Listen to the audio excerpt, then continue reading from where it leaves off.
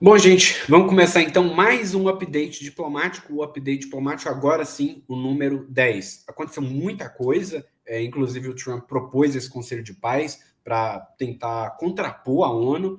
É uma ideia um tanto quanto exótica, porque não faz muito sentido, mas ele decidiu fazer e, claro, se contribui com a paz no Oriente Médio, é algo muito bom e a gente apoia, claro.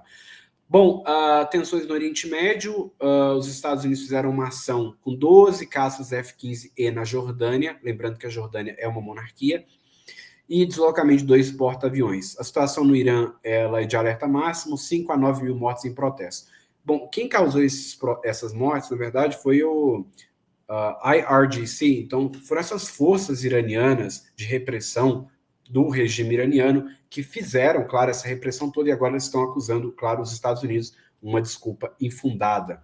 E é importante dizer o seguinte, destacar que eu li uma matéria na Foreign Affairs, a famosa e prestigiosa revista de relações internacionais, justamente sobre uma possibilidade de um coup d'etat, um golpe de Estado no Irã, e, caso isso acontecesse, quem ia tomar o poder de fato seriam essas forças aliadas do regime dos Ayatollah, e provavelmente o Ayatollah, o líder Khamenei, iria para Moscou, iria para a Rússia. Então, talvez não seja a melhor ideia neste momento.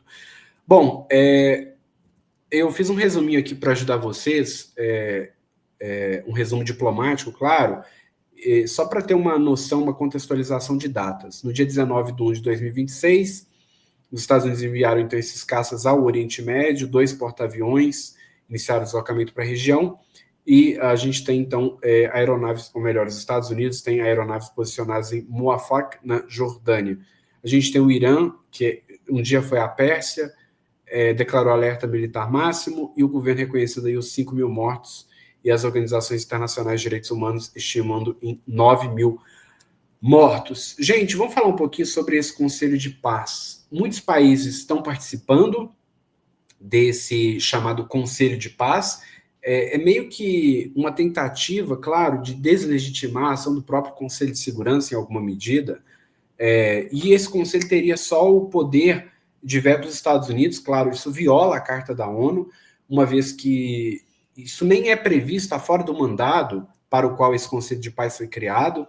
Lembrando que em temas de paz, de caráter vinculante, claro, quem decide é apenas o Conselho de Segurança, o CSNU, composto aí por 5 membros permanentes, 10 não permanentes. O Brasil e o Japão foram dos países que mais participaram, e claro, questões de capítulo 6, de capítulo 7, são capítulo 7 vinculantes, capítulo 6 não vinculantes, são, claro, de responsabilidade do Conselho de Segurança. E esse conselho que o Trump está criando tem várias pessoas relevantes, né?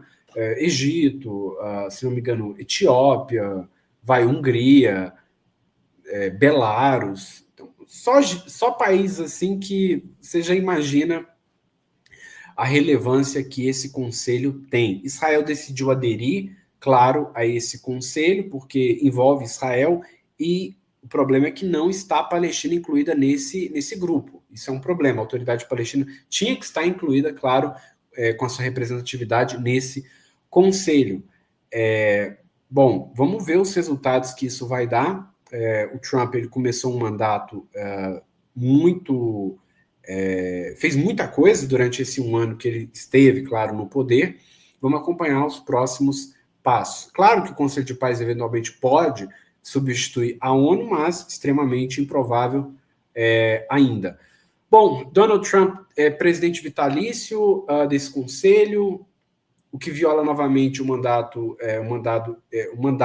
desse conselho, não é? Que era de alguns anos, mandato global de 3 anos para membros, custo de $1 bilhão, né? Trump levando novamente esse caráter de business para o conselho e, claro, envolve reações internacionais de país, adesão de Israel, recusa da China, apoio à ONU, 60 países convidados. Então, tem alguma participação, é relevante. O Brasil está esperando um pouco mais. O Brasil talvez seja o país que busca consenso, o país que mais busca consenso aí no mundo, na diplomacia mundial, mas que, bom, enfim, não vou falar sobre o papel do Itamaraty nesse ponto aí, meio russificado, enfim.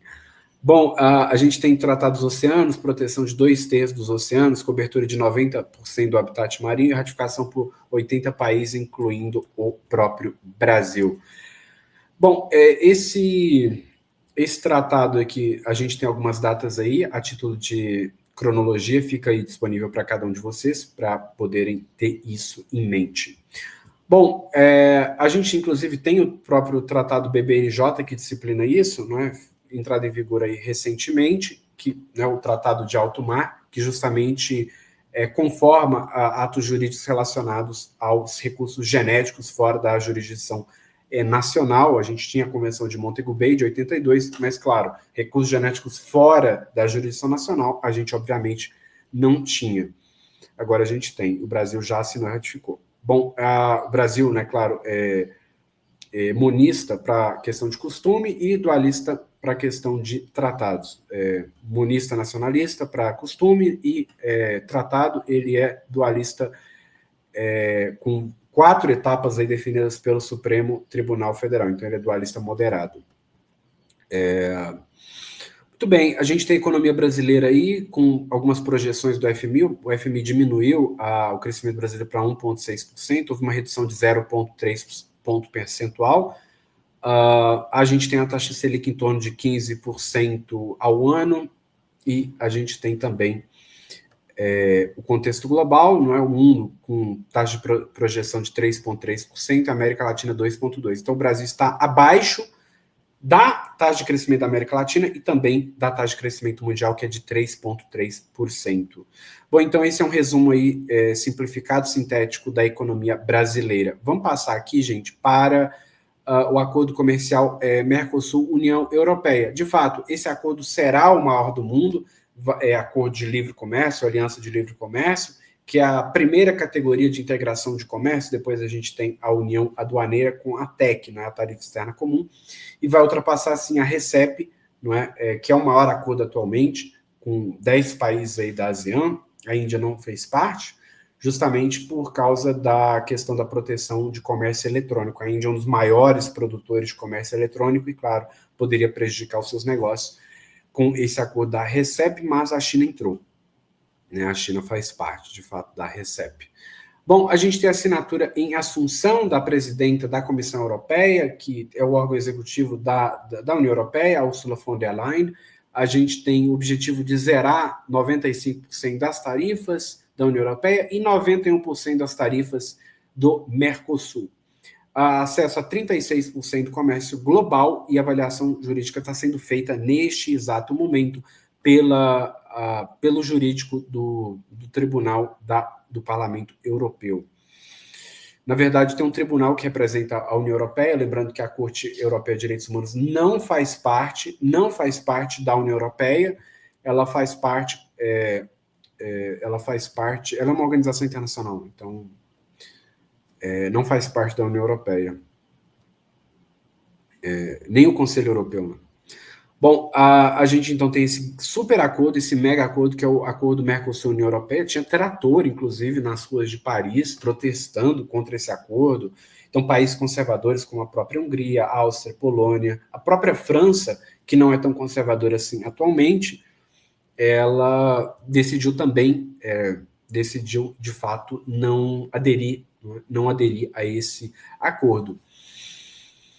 Bom, agronegócio e exportações, a gente tem 527 novos mercados desde 2023, a gente tem aberturas mais recentes de gordura bovina para o Vietnã e para a Arábia Saudita no tema de heparina bovina. Lembrando que o Vietnã produz muitos tipos de tecidos, os Estados Unidos, inclusive, impôs a priori uma tarifa, se não me engano, de 50% a 70% para esse país aí da Ásia, e depois a gente, né, comemorou o fato de que o Brasil tinha só 10% de tarifas, mas depois a gente descobriu que a questão era mais complexa, que depois os Estados Unidos reviram, inclusive com participação do próprio FBI mais recentemente, com o caso aí envolvendo inclusive o Banco Master.